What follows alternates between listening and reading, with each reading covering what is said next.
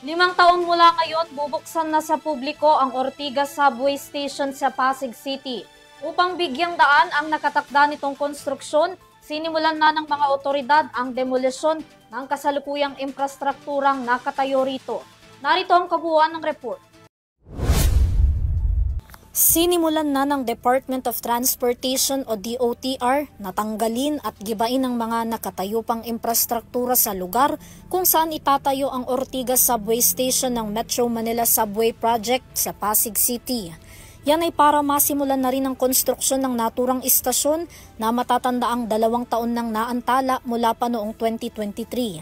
Sa pagbisita ni na Acting Transportation Secretary Giovanni Lopez at Pasig City Mayor Vico Soto para inspeksyonin ang lugar, sinabi nitong target na matapos at maging fully operational ang subway station sa loob ng 5 taon.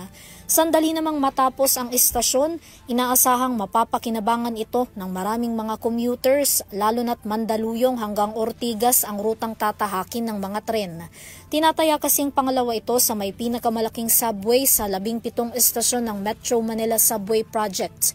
Magugunitang tumagal ang konstruksyon ng Ortigas Station dahil sa right-of-way issue nito kahit pa nabigyan ng notice to proceed. Para sa EuroTV News, Vanessa Cleofas sumasaludo sa bawat Pilipino.